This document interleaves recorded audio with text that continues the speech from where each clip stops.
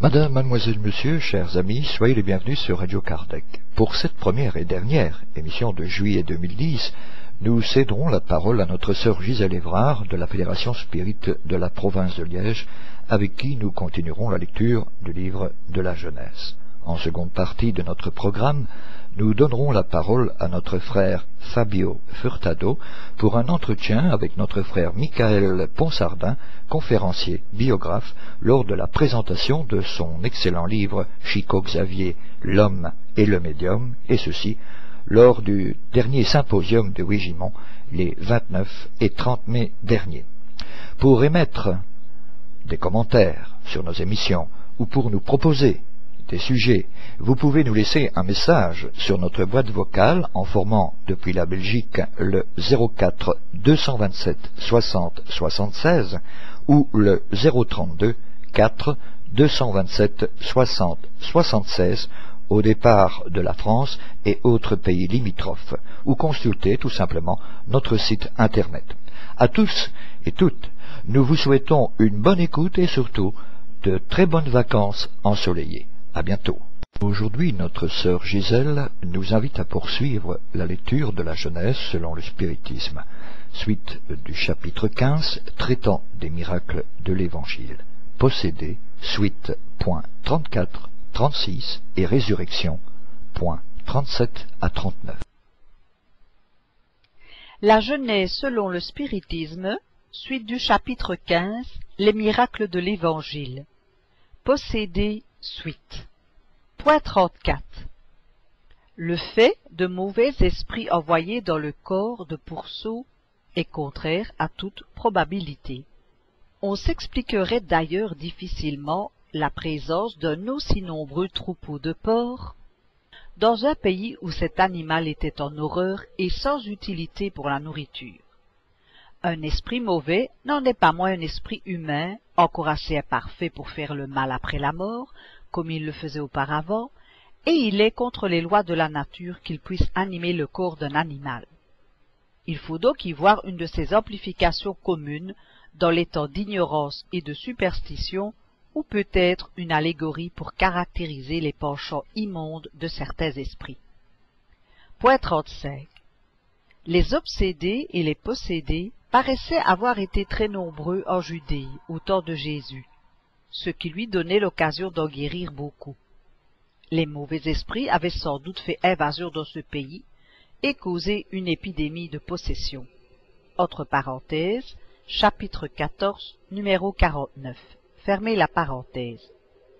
Sans être à l'état épidémique, les obsessions individuelles sont extrêmement fréquentes et se présentent sous des aspects très variés, qu'une connaissance approfondie du spiritisme fait aisément reconnaître. Elles peuvent souvent avoir des conséquences fâcheuses pour la santé, soit en aggravant des affections organiques, soit en les déterminant. Elles seront incontestablement un jour rangées parmi les causes pathologiques requérant, par leur nature spéciale, des moyens curatifs spéciaux. Le spiritisme, en faisant connaître la cause du mal, ouvre une nouvelle voie à l'art de guérir et fournit à la science le moyen de réussir là où elle n'échoue souvent que faute de s'attaquer à la cause première du mal. Entre parenthèses, Livre des médiums, chapitre 23. Fermez la parenthèse. Point 36. Jésus était accusé par les pharisiens de chasser les démons par les démons. Le bien qu'il faisait était, selon eux, l'œuvre de Satan, sans réfléchir que Satan, se chassant lui-même, ferait un acte d'insensé. Il est remarquable que les pharisiens de ce temps-là prétendaient déjà que toute faculté transcendante et pour ce motif réputée surnaturelle était l'œuvre du démon, puisque, selon eux, Jésus même tenait de lui sa puissance. C'est un point de plus de similitude avec l'époque actuelle, et cette doctrine est encore celle que l'Église cherche à faire prévaloir aujourd'hui contre les manifestations spirites. Remarque. Tous les théologiens sont loin de professer des opinions aussi absolues sur la doctrine démoniaque. Voici celle d'un ecclésiastique dont le clergé ne saurait contester la valeur. on trouve le passage suivant dans les conférences sur la religion par Monseigneur Freysinus, évêque d'Hermopolis, tome 2, page 341, Paris 1825. Si Jésus avait opéré ces miracles par la vertu du démon, le démon aurait donc travaillé à détruire son empire et il aurait employé sa puissance contre lui-même. Certes, un démon qui chercherait à détruire le règne du vice pour établir celui de la vertu serait un étrange démon. Voilà pourquoi Jésus, pour repousser l'absurde accusation des Juifs, leur disait « Si j'opère des prodiges au nom du démon, le démon est donc divisé avec lui-même. Il cherche donc à se détruire. » Réponse qui ne souffre pas de réplique. C'est précisément l'argument qu'opposent les spirites à ceux qui attribuent aux démons les bons conseils qu'ils reçoivent des esprits. Le démon agirait comme un voleur de profession qui rendrait tout ce qu'il a volé et engagerait les autres voleurs à devenir d'honnêtes gens. Fin de la remarque. Résurrection. Fille de Jaïr. Point 37. Jésus étant encore repassé dans la barque à l'autre bord, lorsqu'il était auprès de la mer, une grande multitude de peuple s'assembla autour de lui. Et un chef de synagogue, nommé Jaïr, vint le trouver. Et le trouvant, il se jeta à ses pieds, et le suppliait avec grande insistance en lui disant « J'ai une fille qui est à l'extrémité, venez lui imposer les mains pour la guérir et lui sauver la vie. » Jésus s'en alla avec lui. Il était suivi d'une grande foule de peuple qui le pressait. Lorsqu'il, entre parenthèses Jaïr, parlait encore, il vint des gens du chef de la synagogue, qui lui dirent « Votre fille est morte, pourquoi voulez-vous donner au maître la peine d'aller plus loin ?» Mais Jésus, ayant entendu cette parole, dit au chef de la synagogue « Ne craignez point, croyez seulement. » Et il ne permit à personne de le suivre, sinon à Pierre, à Jacques et à Jean, frères de Jacques. Étant arrivé dans la maison de ce chef de la synagogue, il y vit une troupe confuse de personnes qui pleuraient et qui jetaient de grands cris. Et en entrant, il leur dit « Pourquoi faites-vous tant de bruit et pourquoi pleurez-vous? Cette fille n'est pas morte, elle n'est qu'endormie. » Et il se moquait de lui. Ayant fait sortir tout le monde, il prit le père et la mère de l'enfant et ceux qui étaient venus avec lui, et il entra au lieu où la fille était couchée. Il la prit par la main et lui dit « Talitha koumi », c'est-à-dire « Ma fille, levez-vous, je vous le commande. » Au même instant, la fille se leva et se mit à marcher, car elle avait 12 ans, et ils furent merveilleusement étonnés. Entre parenthèses, Saint Marc, chapitre 5, versets de 21 à 43. Fermez la parenthèse. Fils de la veuve de Naïm. Point 38. Le jour suivant, Jésus allait en une ville appelée Naïm, et ses disciples l'accompagnaient avec une grande foule de peuple. Lorsqu'il était près de la porte de la ville, il arriva qu'on portait en terre un mort, qui était fils unique de sa mère, et cette femme était veuve, et il y avait une grande quantité de personnes de la ville avec elle. Le Seigneur l'ayant vue, fut touché de compassion envers elle et lui dit « Ne pleurez point. » Puis s'approchant, il toucha le cercueil, et ceux qui le portaient s'arrêtèrent.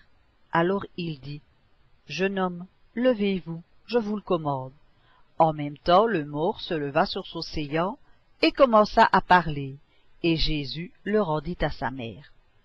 Tous ceux qui étaient présents furent saisis de frayeur, et ils glorifiaient Dieu en disant « Un grand prophète apparut au milieu de nous, et Dieu a visité son peuple. » Le bruit de ce miracle qu'il avait fait se répandit dans toute la Judée et dans tous les pays d'alentour. Entre parenthèses, Saint Luc, chapitre 7, versets de 11 à 17. Fermez la parenthèse. Point 39. Le fait du retour de la vie corporelle d'un individu réellement mort serait contraire aux lois de la nature et par conséquent plus miraculeux. Or, il n'est pas nécessaire de recourir à cet ordre de faits pour expliquer les résurrections opérées par le Christ. Si parmi nous les apparences trompent parfois les gens de l'art, les accidents de cette nature devaient être bien autrement fréquents dans un pays où l'on ne prenait aucune précaution et où l'ensevelissement était immédiat. Remarque. Une preuve de cette coutume se trouve dans les Actes des Apôtres, chapitre 5, versets 5 et suivants. Ananie, ayant entendu ces paroles, tomba et rendit l'esprit. Et tous ceux qui en entendirent parler furent saisis d'une grande crainte. Aussitôt, quelques jeunes gens vinrent prendre son corps, et l'ayant emporté, ils l'enterrèrent. Environ 3 heures après, sa femme, entre parenthèses Saphir, qui ne savait pas ce qui était arrivé, entra. Et Pierre lui dit, 3 petits points, etc. Point. Au même moment, elle tomba à ses pieds et rendit l'esprit. Ces jeunes hommes, étant entrés, la trouvèrent morte, et l'emportant, ils l'enterrèrent auprès de son mari. Fait de la remarque.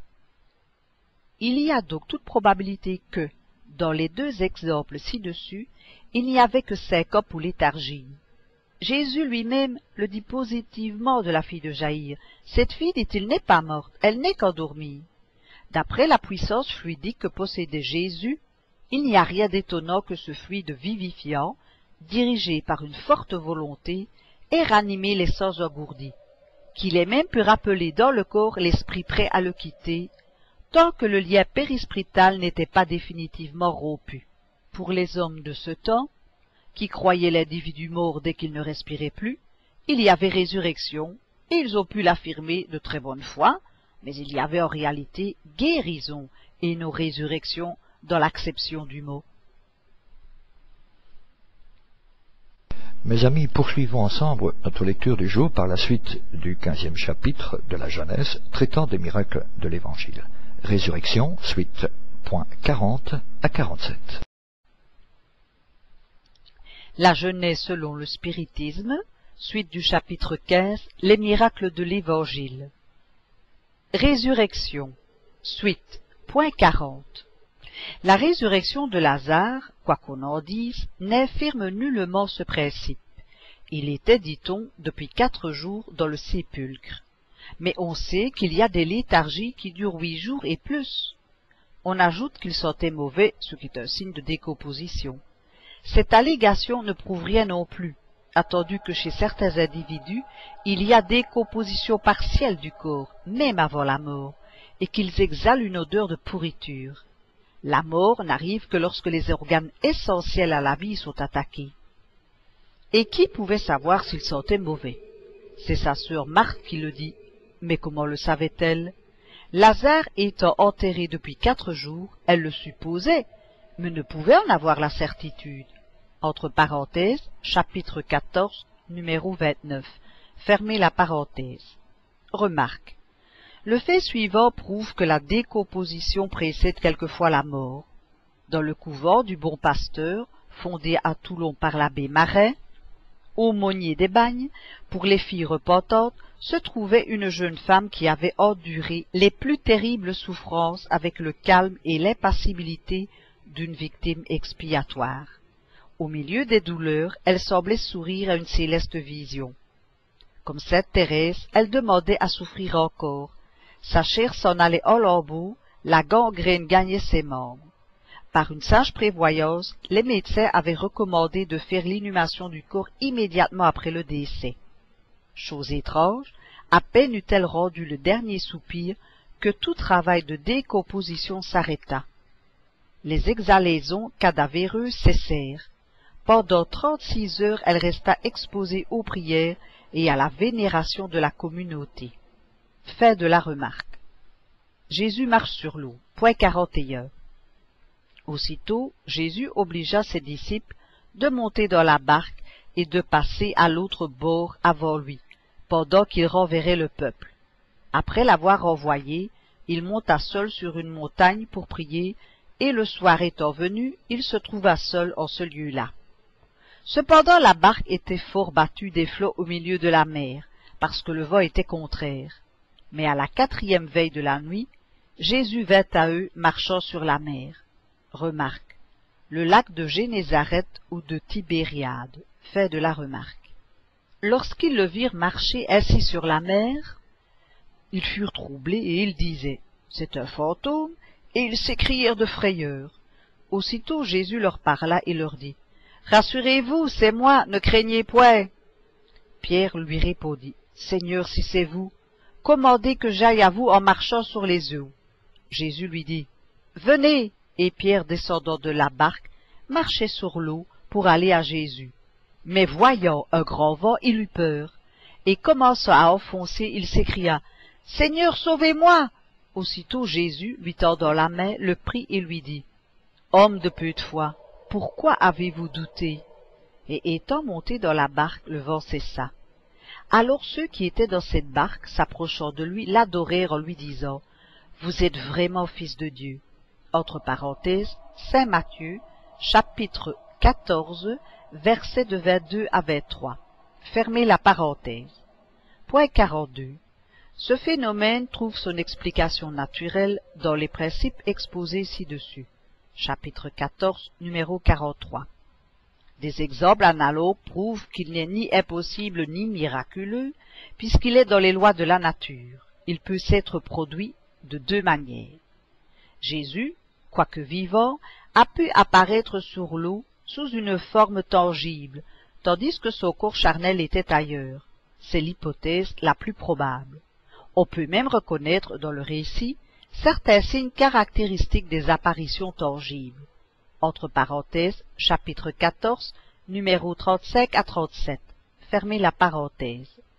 D'un autre côté, son corps aurait pu être soutenu et sa pesanteur être neutralisée par la même force fluidique qui maintient une table dans l'espace sans point d'appui.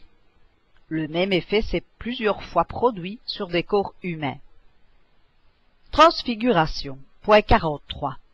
6 jours après, Jésus, ayant pris Pierre, Jacques et Jean, les mena seuls avec lui sur une haute montagne à l'écart. Remarque, le mont Tabor, au sud-ouest du lac de Tabarish, à 11 km sud-est de Nazareth, environ 1000 mètres de haut. Fin de la remarque. Et il fut transfiguré devant eux. Et pendant qu'il faisait sa prière, son visage parut tout autre. Ses vêtements devinrent tout brillants de lumière, et blancs comme la neige, en sorte qu'il n'y a point de foulon sur la terre qui puisse en faire d'aussi blanc. Et ils virent paraître Élie et Moïse qui s'entretenaient avec Jésus. Alors Pierre dit à Jésus, « Maître, nous sommes bien ici.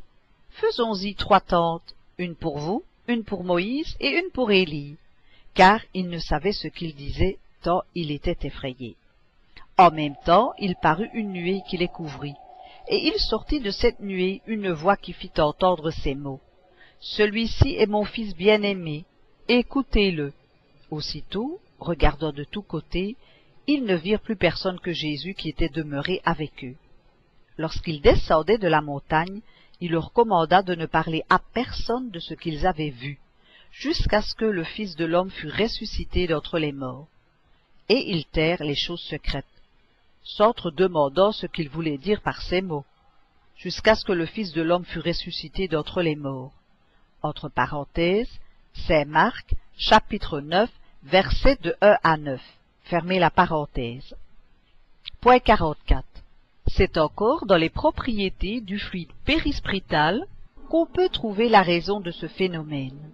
La transfiguration, expliquée chapitre 14, numéro 39, est un fait assez ordinaire qui, par suite du rayonnement fluidique, peut modifier l'apparence d'un individu. Mais la pureté du périsprit de Jésus a pu permettre à son esprit de lui donner un éclat exceptionnel. Quant à l'apparition de Moïse et d'Élie, elle rentre entièrement dans le cas de tous les phénomènes du même genre. Entre parenthèses, chapitre 14, numéro 35 et suivant. Fermez la parenthèse. De toutes les facultés qui se sont révélées en Jésus, il n'en est aucune qui soit en dehors des conditions de l'humanité, et qu'on ne rencontre chez le commun des hommes, parce qu'elles sont dans la nature. Mais par la supériorité de son essence morale et de ses qualités fluidiques, elles atteignaient chez lui des proportions au-dessus de celles du vulgaire. Il nous représentait, à part son enveloppe charnelle, l'état des purs esprits. Tempête apaisée. Point 45. Un jour, étant monté sur une barque avec ses disciples, il leur dit « Passons à l'autre bord du lac. » Ils partirent donc, et comme il passait, il s'endormit. Alors un grand tourbillon de vent vint tout à coup fondre sur le lac, en sorte que leur barque s'emplissant d'eau, ils étaient en péril. Ils s'approchèrent donc de lui et l'éveillèrent en lui disant « Maître, nous périssons !» Jésus, s'étant levé, parla avec menace au vent et aux flots agités, et ils s'apaisèrent, et il se fit un grand calme. Alors il leur dit « Où donc est votre foi ?» Mais eux, remplis de crainte et d'admiration, se disaient l'un à l'autre « Quel est donc celui-ci qui commande de la sorte au vent et aux flots, et à qui ils obéissent ?» Entre parenthèses, Saint Luc, chapitre 8, versets de 22 à 25. Fermez la parenthèse. Point 46. Nous ne connaissons pas encore assez les secrets de la nature pour affirmer s'il y a, oui ou non, des intelligences occultes qui président à l'action des éléments. Dans l'hypothèse de l'affirmative, le phénomène en question pourrait être le résultat d'un acte d'autorité sur ces mêmes intelligences et prouverait une puissance qu'il n'est donné à aucun homme d'exercer. Dans tous les cas, Jésus, dormant tranquillement pendant la tempête, atteste une sécurité qui peut s'expliquer par ce fait que son esprit voyait qu'il n'y avait aucun danger et que l'orage allait s'apaiser. Noces de Cana, point 47. Ce miracle mentionné dans le seul évangile de Saint Jean est indiqué comme étant le premier que Jésus ait fait, et à ce titre il aurait dû être d'autant plus remarqué. Il faut qu'il ait produit bien peu de sensations, puisque aucun autre évangéliste n'en parle. Un fait aussi extraordinaire aurait dû étonner au plus haut point les convives, et surtout le maître de la maison, qui ne paraissent pas même s'en être aperçus. Considéré en lui-même, ce fait a peu d'importance comparativement à ceux qui témoignent véritablement des qualités spirituelles de Jésus. En admettant que les choses se soient passées comme elles sont rapportées, il est remarquable que c'est le seul phénomène de ce genre qui l'ait produit. Il était d'une nature trop élevée pour s'attacher à des effets purement matériels, propres seulement à piquer la curiosité de la foule qui l'eût assimilé à un magicien. Il savait que les choses utiles lui conquéreraient plus de sympathie et lui amèneraient plus d'adeptes que celles qui pouvaient passer pour des tours d'adresse et ne toucheraient point le cœur. Entre parenthèses numéro 27. Bien qu'à la rigueur le fait puisse s'expliquer jusqu'à un certain point par une action fluidique qui, ainsi que le magnétisme en offre des exemples, aurait changé les propriétés de l'eau en lui donnant le goût du vin. Cette hypothèse est peu probable, attendu qu'en pareil cas, l'eau n'ayant que le goût du vin, aurait conservé sa couleur, ce qui n'eût pas manqué d'être remarqué. Il est plus rationnel d'y voir une de ces paraboles si fréquentes dans les enseignements de Jésus, comme celle de l'enfant prodigue, du festin de noces, du mauvais riche, du figuier desséché, et tant d'autres qui ont cependant le caractère des faits accomplis. Il aura fait pendant le repas une allusion au vin et à l'eau, d'où il aura tiré une instruction. Ce qui justifie cette opinion, ce sont les paroles que lui adresse à ce sujet le maître d'hôtel. Tout homme sert d'abord le bon vin, et après qu'on en a beaucoup bu, il en sert alors de moindre. Mais pour vous, vous avez réservé le bon vin jusqu'à cette heure. Entre deux hypothèses, il faut choisir la plus rationnelle, et les spirites ne sont pas gens assez crédules pour ne voir partout que des faits de manifestation, ni assez absolus pour prétendre tout expliquer par les fluides. Pour terminer sa lecture du jour, notre sœur Gisèle nous invite à suivre la suite du chapitre 15 traitant des miracles de l'Évangile, multiplication des pains, suite point 48 à 51, tentation de Jésus, point 52. La Genèse selon le spiritisme, suite du chapitre 15, les miracles de l'Évangile. Multiplication des pains. Point 48. La multiplication des pains est un des miracles qui ont le plus intrigué les commentateurs, en même temps qu'il a défrayé la verve des incrédules. Sans se donner la peine d'en sonder le sens allégorique, ces derniers n'y ont vu qu'un conte puéril. Mais la plupart des gens sérieux ont vu dans ce récit, quoique sous une forme différente de la forme ordinaire, une parabole comparant la nourriture spirituelle de l'âme à la nourriture du corps. On peut y voir cependant plus qu'une figure et admettre, à certains points de vue, la réalité d'un fait matériel, sans pour cela recourir au prodige. On sait qu'une grande préoccupation d'esprit, l'attention soutenue donnée à une chose, font oublier la fin. Or, ceux qui suivaient Jésus étaient des gens avides de l'entendre. Il n'y a donc rien d'étonnant que, fascinés par sa parole et peut-être aussi par la puissante action magnétique qu'il exerçait sur eux, ils n'aient pas éprouvé le besoin matériel de manger. Jésus, qui prévoyait ce résultat, a donc pu tranquilliser ses disciples en disant, dans le langage figuré qui lui était habituel, en admettant qu'on ait réellement apporté quelques pains, que ces pains suffiraient pour rassasier la foule. En même temps, il donnait à ceux-ci une leçon. « Donnez-leur vous-même à manger, disait-il. » Il leur enseignait par là qu'eux aussi pouvaient nourrir par la parole. Ainsi, à côté du sens allégorique moral, il a pu se produire un effet physiologique naturel très connu. Le prodige, dans ce cas, est dans l'ascendant de la parole de Jésus, assez puissante pour captiver l'attention d'une foule immense au point de lui faire oublier de manger. Cette puissance morale témoigne de la supériorité de Jésus, bien plus que le fait purement matériel de la multiplication des pains, qui doit être considéré comme une allégorie. Cette explication se trouve d'ailleurs confirmée par Jésus lui-même dans les deux passages suivants. Le levain des pharisiens, point 49. Or ses disciples, étant passés au-delà de l'eau, avaient oublié de prendre des pains.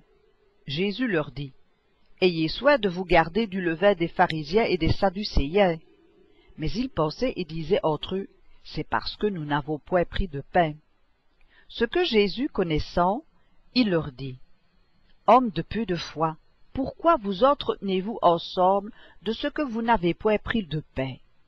Ne comprenez-vous point encore, et ne vous souvient-il point que 5 pains ont suffi pour 5000 hommes, et combien vous en avez emporté de paniers? Comment ne comprenez-vous point que ce n'est pas du pain que je vous parlais, lorsque je vous ai dit de vous garder du levain des pharisiens et des sadducéens? » Alors ils comprirent qu'il ne leur avait pas dit de se garder du levain qu'on met dans le pain, mais de la doctrine des pharisiens et des sadducéens. Entre parenthèses, Saint Matthieu, chapitre 16, versets de 5 à 12. Fermez la parenthèse. Le pain du ciel, point 50. Le lendemain, le peuple, qui était demeuré de l'autre côté de la mer, remarqua qu'il n'y avait point eu là d'autres barques, et que Jésus n'y était point entré avec ses disciples, mais que les disciples seuls s'en étaient allés. Et comme il était depuis arrivé d'autres barques de Tibériade, près du lieu où le Seigneur, après avoir rendu grâce, les avait nourris de 5 pains, et qu'ils connurent enfin que Jésus n'était point là, non plus que ses disciples, ils entrèrent dans ces barques et vinrent à Capharnaüm chercher Jésus. Et l'ayant trouvé au-delà de la mer, ils lui dirent, « Maître, quand êtes-vous venu ici ?» Jésus leur répondit, « en vérité, je vous le dis, vous me cherchez non à cause des miracles que vous avez vus, mais parce que je vous ai donné du pain à manger et que vous avez été rassasiés. Travaillez pour avoir, non la nourriture qui périt, mais celle qui demeure pour la vie éternelle, et que le Fils de l'homme vous donnera, parce que c'est en lui que Dieu le Père a imprimé son sceau et son caractère. » Ils lui dirent, « Que ferons-nous pour faire des œuvres de Dieu ?» Jésus leur répondit, « L'œuvre de Dieu est que vous croyez en celui qui l'a envoyé. » Ils lui dirent, « Quel miracle donc faites-vous, afin qu'en le voyant nous vous croyions? Que faites-vous d'extraordinaire? Nos pères ont mangé la manne dans le désert, selon ce qui est écrit. Il leur a donné à manger le pain du ciel. » Jésus leur répondit, « en vérité, je vous le dis, Moïse ne vous a point donné le véritable pain du ciel, mais c'est mon Père qui vous donne le véritable pain du ciel, car le pain de Dieu est celui qui est descendu du ciel et qui donne la vie au monde. » Ils lui dirent donc, « Seigneur, donnez-nous toujours de ce pain. » Jésus leur répondit, « Je suis le pain de vie. Celui qui vient à moi n'aura point faim, et celui qui croit en moi n'aura jamais soif. Mais je vous l'ai déjà dit, vous m'avez vu, et vous ne croyez point. En vérité, je vous le dis, celui qui croit en moi a la vie éternelle. Je suis le pain de vie. Vos pères ont mangé la manne dans le désert, et ils sont morts. Mais voici le pain qui est descendu du ciel, afin que celui qui en mange ne meure point. Entre parenthèses, Saint Jean, chapitre 6, versets de 22 à 36 et de 47 à 50. Fermez la parenthèse. Point 51. Dans le premier passage, Jésus, en rappelant les faits produits précédemment, donne clairement à entendre qu'il ne s'était point agi de pain matériel. Autrement, la comparaison qu'il établit avec le levain des pharisiens eût été sans objet. Ne comprenez-vous point encore, dit-il, et ne vous souvient-il point que 5 pains ont suffi pour 5000 hommes, et que 7 pains ont suffi pour 4000 hommes? Comment ne comprenez-vous point que ce n'est pas du pain que je vous parlais, lorsque je vous ai dit de vous garder du levain des pharisiens? Ce rapprochement n'avait aucune raison d'être dans l'hypothèse d'une multiplication matérielle. Le fait eût été assez extraordinaire en lui-même pour avoir frappé l'imagination de ses disciples, qui cependant ne paraissaient pas s'en souvenir. C'est ce qui ressort non moins clairement du discours de Jésus sur le pain du ciel, dans lequel il s'attache à faire comprendre le sens véritable de la nourriture spirituelle. Travaillez, dit-il, non pour avoir la nourriture qui périt, mais celle qui demeure pour la vie éternelle, et que le Fils de l'homme vous donnera. Cette nourriture est sa parole, qui est le pain descendu du ciel et qui donne la vie au monde. Je suis, dit-il, le pain de vie. Celui qui vient à moi n'aura point faim, et celui qui croit en moi n'aura jamais soif. Mais ces distinctions étaient trop subtiles pour ces natures abruptes qui ne comprenaient que les choses tangibles. La manne qui avait nourri le corps de leurs ancêtres était pour eux le véritable pain du ciel. Là était le miracle. Si donc le fait de la multiplication des pains avait eu lieu matériellement, comment ces mêmes hommes, au profit desquels il se serait produit peu de jours auparavant, en auraient-ils été assez peu frappés pour dire à Jésus: « Quel miracle donc faites-vous, afin qu'en le voyant nous vous croyions? Que faites-vous d'extraordinaire ?» C'est qu'ils entendaient par miracle les prodiges que demandaient les pharisiens, c'est-à-dire des signes dans le ciel opérés au commandement, comme par la baguette d'un enchanteur. Ce que faisait Jésus était trop simple et ne s'écartait pas assez des lois de la nature. Les guérisons même n'avaient pas un caractère assez étrange, assez extraordinaire. Les miracles spirituels n'avaient pas assez de corps pour eux. Tentation de Jésus. Point 52. Jésus, transporté par le diable sur le sommet du temple, puis sur une montagne, et tenté par lui, est une de ces paraboles qui lui étaient familières et que la crédulité publique a transformées en faits matériels. Remarque. L'explication suivante est tirée textuellement d'une instruction donnée à ce sujet par un esprit. Fin de la remarque.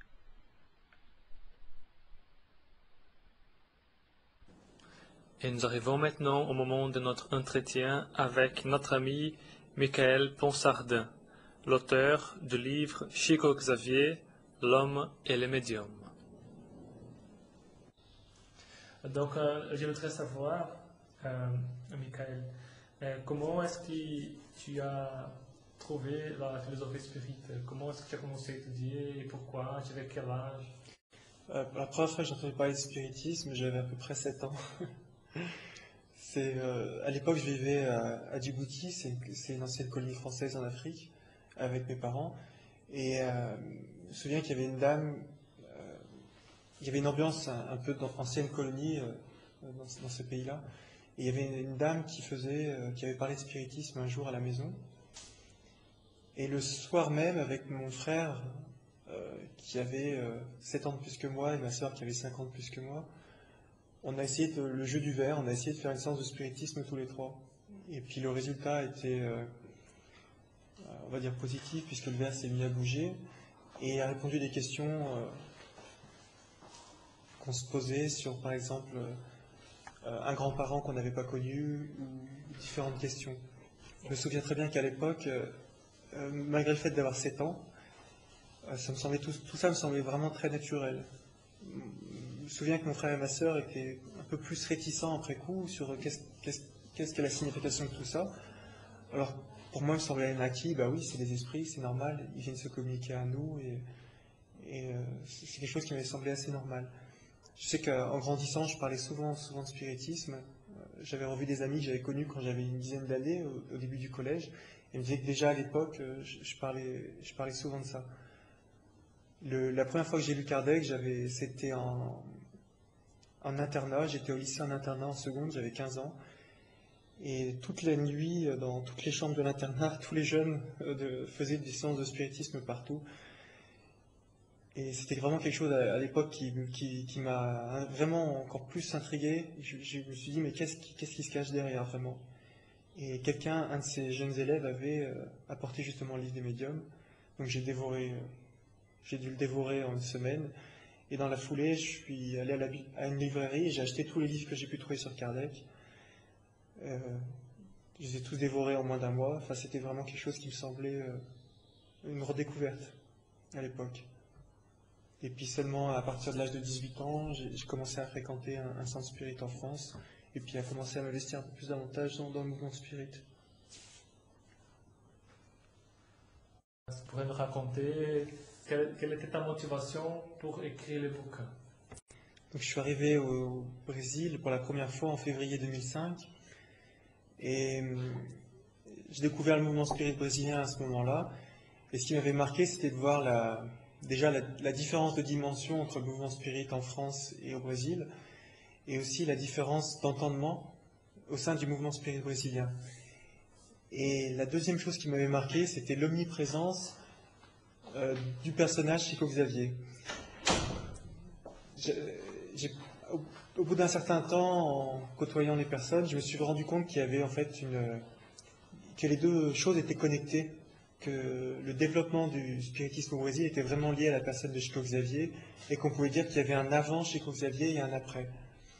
Donc je suis revenu en France très intrigué par ce personnage, et j'ai commencé à, d'une part, essayer de trouver tout ce qui existait dans la langue française sur lui. Donc le tour a été vite fait puisqu'il n'y avait pas grand-chose à l'époque. Ensuite, j'avais appris l'espéranto pour pouvoir lire quelques-uns de ses livres qui avaient été édités en espéranto, mais finalement, il n'y en avait que moins d'une dizaine. Et j'ai été contraint en fait d'apprendre le portugais pour pouvoir en savoir plus. Pendant plus d'un an, j'ai vraiment appris le portugais de manière intensive. Et ensuite, j'ai commandé une centaine tous les livres que j'ai pu trouver sur Chico Xavier. Il y en avait une centaine. Et j'ai commencé à lire tous ces livres. Et pour mieux connaître ce personnage. Et en fait, ce qui m'a marqué, c'est que tous les livres parlaient de Chico Xavier à un moment donné de sa vie. C'était des auteurs qui parlaient au moment où il l'avait connu. C'était toujours sur une période courte finalement de sa vie. Il n'y avait pas d'ouvrage qui faisait une biographie intégrale de Chico Xavier. La seule existante était celle d'un journaliste, Marcel Sotomayor, mais il n'était lui-même pas spirit, et parfois il mettait son point de vue dans l'histoire, ou il interprétait certains événements qui, à mon sens, n'étaient pas de façon très satisfaisante. Et l'idée que j'avais, c'était on commençait à avoir les ouvrages de Chico Xavier, mais il me semblait que c'était indissociable, les ouvrages qu'il avait donnés et l'homme qu'il avait été. Il n'aurait jamais été le médium qu'il avait été s'il n'avait pas été l'homme qu'il avait été. Et il fallait apporter au public français une biographie sur sa vie, pour comprendre comment les ouvrages étaient arrivés. Donc le constat que j'avais fait à l'époque, c'était il n'y a pas de livre finalement écrit en brésilien qui correspondrait à la mentalité européenne et qui pourrait être traduit en français directement. Oui, il n'y avait pas d'ouvrage qui était bien pour traduire. Donc je m'étais dit dans un premier temps, étant donné que je n'avais pas trouvé d'ouvrage qui était possible de traduire, je n'avais pas dans l'idée première d'écrire un livre, parce que j'en avais déjà écrit un petit sur l'histoire de Lyon et le spiritisme à l'occasion du bicentenaire de la naissance d'Allan Kardec. Et j'avais vu à cette époque-là qu'écrire un livre, c'est beaucoup de travail. Et je ne me sentais pas l'énergie de synthétiser toute la masse de travail que j'avais pu ramener du Brésil. Et au fur et à mesure, ce qui s'est passé ensuite, c'est que toutes les nuits en dormant, j'arrêtais pas de revoir des épisodes de sa vie, et je commençais presque à voir des chapitres, comment fallait articuler sa vie, comment le livre idéal devrait être fait. Et c'est arrivé à un tel point que c'était pratiquement une obsession. C'est-à-dire que toutes les nuits, je revoyais ces chapitres s'articuler, les idées s'articuler, et ça m'empêchait vraiment de dormir sereinement, jusqu'au jour où j'ai commencé à dire, bon, mais tout ce que je vais rêver, maintenant, je vais l'écrire. Et au moment où je l'écrivais, ça sortait complètement de mes rêves, de mes soucis quotidiens, et j'en étais débarrassé. Donc c'est comme ça que le livre a commencé à être écrit. Puis au bout d'un moment, je me suis dit, bon, allez, il y a bien un Brésilien qui a fait une biographie sur Allan Kardec, il peut y avoir un Français qui fasse une biographie sur Chico. Il m'a fallu 1 an pour apprendre le portugais. Ensuite, il m'a fallu pas loin de 2 ans pour en fait lire tous les... Il y avait à peu près entre 80 et 100 ouvrages qui parlaient de Chico. Et ajouté à cela, il y a 400 livres qu'il a écrits. Bon, j'ai survolé, on va dire, une 50aine de livres, les plus importants. Donc il m'a fallu bien 2 ans pour faire ça, et une dernière année enfin pour synthétiser tout ce travail. Michael, donc est-ce que tu pourrais parler un peu de la vie alors de Chico Xavier, une brève histoire de sa vie? Donc Chico Xavier, il est né dans un petit village du Brésil, dans les terres, qui s'appelle Pedro Leopoldo, le 2 avril 1910. Il était issu d'une famille modeste et métissée, et déjà à l'âge de 4 ans, en fait, sa médiumnité va se révéler. Il va commencer à discuter avec des personnes dites décédées. Il va communiquer avec sa mère, notamment, qui va décéder quand il aura 5 ans. Et il va pas bien comprendre à l'époque tout ce qui lui arrive, et c'est seulement à l'âge de 17 ans qu'il va découvrir le livre des esprits et l'évangile selon le spiritisme. Et il va aussi découvrir, ils vont créer un centre spirit, le centre spirit Luis Gonzague, où il va commencer à écrire de façon médiumnique. Et tous ces messages qu'il va commencer à avoir, à partir de 1931, quand il aura 21 ans, les noms vont commencer à des esprits vont commencer à signer ces messages, notamment des poèmes, qui vont créer un livre, un recueil qui s'appelle Le Parnasse d'Outre-Tombe, qui va vraiment créer un scandale à l'époque au Brésil, puisque la qualité des poèmes, ça sera difficile à l'époque d'expliquer pourquoi un jeune homme de 21 ans, qui a fait que le cours primaire, qui est né dans une petite ville sans bibliothèque, sans connaissance, il a pu faire des œuvres que la plupart des gens ne pourront jamais accomplir, de différents poèmes, différents styles. C'est comme ça qu'il va commencer à être connu, et tout au long de sa vie, il va écrire au total plus de 400 livres, dont tous les droits d'auteur sont reversés à des œuvres de charité ou à la diffusion du spiritisme. Il va aussi, à partir de 1967, systématiser en fait des réunions où il va recevoir des messages personnels pour les gens. On estime qu'il va recevoir à peu près 20 000 messages comme ça, de personnes décédées qui s'adressent à leurs proches, avec énormément de détails sur les noms des parents, des grands-parents, les dates de naissance, les dates de décès, les circonstances, les choses ignorées des familles. Et donc chaque semaine, Chico va recevoir à peu près une dizaine de ces messages qui vont faire qu'il va être vraiment très connu dans le Brésil, et qui vont asseoir sa popularité à tel point que, malgré sa volonté, il sera proposé au prix Nobel de la paix en 1981. Bon, il n'aura pas le prix Nobel puisqu'il reviendra au commissariat des réfugiés de l'ONU.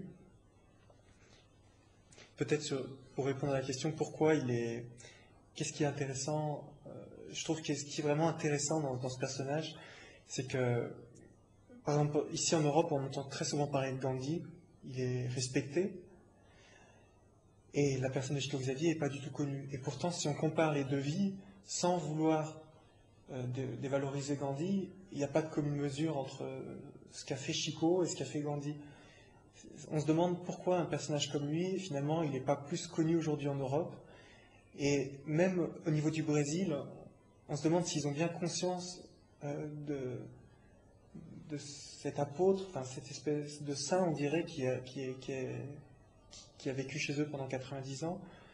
je suis persuadé que d'ici quelques siècles, tout le monde saura qui était Chico Xavier. Et les gens le vénéreront, le respecteront comme aujourd'hui on respecte Gandhi, si ce n'est davantage. Et c'est vraiment un trésor culturel vraiment pour l'humanité qu'on n'a pas encore idée ni en Europe et je pense ni même au Brésil. Ok. Donc Michael, maintenant je voudrais savoir de toi qu'est-ce que son travail de recherche sur la vie de Chico Xavier. Donc tu as bien étudié sa vie, ses œuvres charitables, donc son exemple d'amour. Et donc maintenant je demande à toi, donc l'auteur du livre Chico Xavier, qu'est-ce que ça a changé dans ta vie de tous les jours? En fait, ce qui est très fort dans la vie de Chico Xavier, c'est l'exemple qu'il donne au quotidien. Et devant toutes les situations auxquelles nous, on est confrontés, les difficultés, on voit qu'il a été confronté aux mêmes choses souvent. Et quand on voit la façon dont il a réagi, l'exemple qu'il a donné, les solutions qu'il a apportées, on est vraiment stupéfait, parce que c'est souvent des choses auxquelles on n'aurait pas pensé et qui sont faciles à appliquer dans nos vies.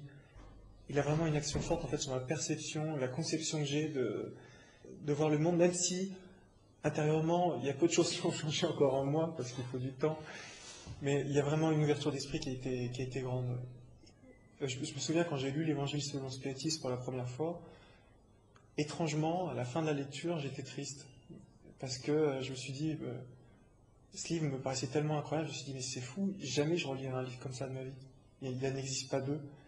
J'avais cette intuition intérieure en me disant, j'aurais peut-être dû le lire moins vite finalement, ou je me disais, c'est quelque chose que je ne retrouverai plus jamais en lisant un livre. Et finalement, en ayant étudié la vie de Chico, je me suis retrouvé un peu dans cette même, on va dire, cette même zone de vibration. Ce livre a une vibration spéciale, et la vie de Chico aussi, quand on l'étudie, on se retrouve un peu dans le même état d'esprit. Et donc ça, c'est quelque chose qui a été important, parce qu'il a vraiment refait vivre ça en moi. Donc maintenant, Michael, j'aimerais bien si tu puisses laisser un message aux auditeurs de Radio Kardec. Je leur dirais d'acheter le livre. Je dirais ça parce que j'aurais juste insisté sur une chose, c'est que les droits d'auteur du livre ont été cédés au mouvement Spirit en fait. Et donc toutes les personnes qui vont acheter le livre, elles vont non seulement, à travers la vie de Chico, pouvoir trouver toutes les solutions dont on a parlé, et ça peut beaucoup les aider spirituellement, et en plus elles vont contribuer à la diffusion de ces idées, puisque les droits d'auteur sont revenus au SEI qui va lui-même, avec eux, traduire ces livres et les éditer dans différentes langues, différents pays. Et donc ils pourront aussi contribuer à diffuser l'œuvre de Chico Xavier en lisant ce livre et en l'offrant à leurs amis. Nous voici arrivés à la partie consacrée au communiqué de nos divers partenaires. Hélas, aucun communiqué ne nous est parvenu, à temps au moins, ou tout au moins dans la limite impartie pour la réalisation de cette émission. En effet, les mois de juillet et août sont en général synonymes de vacances et de fermeture des centres spirites francophones. Radio Kardec ne peut échapper à cette tradition estivale, repos bien mérité que nous mettrons à profit pour préparer la rentrée de septembre. En attendant de nous retrouver pour de nouvelles émissions, que chacun profite de la pause estivale qui s'annonce pour se ressourcer et prendre de nouvelles résolutions au profit de chacun et de tous. Bonnes vacances et à bientôt. Nous voici arrivés à la séquence réservée à l'agenda des activités en Belgique, Grand-Duché du Luxembourg et en France. En France, nos amis de l'association du chemin vous invitent d'ores et déjà à prendre note qu'ils organiseront toute une série de conférences, dont la première est prévue pour le samedi 11 septembre 2010 à 14h30. Le thème sera « La force de l'amour face à la mort ». Le conférencier sera Michel Pirat. La seconde, prévue pour le dimanche 10 octobre 2010 à 14h30, aura comme thème central l'épreuve scientifique d'une vie après la vie, avec la présence exceptionnelle du docteur Jean-Jacques Charbonnier. La troisième conférence s'effectuera le samedi 27 novembre à 14h30 sur le thème Chico Xavier, l'homme et le médium. Celle-ci vous sera présentée par notre frère Michael Ponsardin, conférencier biographe. La 4e et dernière conférence est prévue, quant à elle, autour du thème « La force de la prière ». Elle aura lieu le samedi 18 décembre 2010 à 14h30. Pour renseignements et inscriptions, merci de bien vouloir prendre contact via courriel à l'adresse suivante asso.du.chemin@free.fr ou par voie téléphonique en formant depuis la France le 09 50 69 26 10. Vous pourrez également obtenir d'autres informations via le site internet de l'association à l'adresse suivante www.le-chemin.org. Avis aux personnes et associations. Vous êtes responsable d'un groupe, d'une association ou simple particulier. Vous connaissez des personnes qui aimeraient en savoir plus sur la philosophie spirit. Vous avez un local, une pièce où vous pouvez nous en renseigner un. Si vous le souhaitez, nous pouvons venir faire une conférence de divulgation dans votre région afin de vous informer sur ce qu'est réellement la philosophie spirit et toutes les valeurs morales qu'elle renferme. Mieux encore, il n'y a pas de groupe spirit dans votre région. Vous avez envie d'en former un. Nous pouvons vous y aider en vous apportant un support didactique et humain pour la formation de celui-ci, même familial. Si vous êtes intéressé, vous pouvez nous contacter par courrier ou courriel à l'adresse suivante: Union Spirit Belge 43 rue Maguin à 4000 Liège ou par courriel usb@spirit.be. Cette émission se termine donc ici. Pour rappel, notre démarche est de mieux faire comprendre le spiritisme. Nous sommes donc à votre disposition pour répondre aux questions que vous vous posez ou que la lecture des ouvrages d'Allan Kardec vous suggère. Vous pouvez également poser ces questions par email, de manière tout à fait anonyme, si vous le souhaitez, à l'adresse radio@spirit.be. Nous y répondrons avec plaisir. Notre répondeur téléphonique, le 00 32 4 227 60 76, est également à votre disposition si vous souhaitez laisser vos questions. Si par contre vous préférez nous écrire, nous répondrons à vos demandes lors d'une de nos prochaines émissions. Vous pouvez nous envoyer votre courrier à l'attention du président de l'Union Spirit Belge, M. Jean-Paul Évrard, 43 rue Maguin à 4000 Liège, Belgique. Merci de votre attention et à bientôt.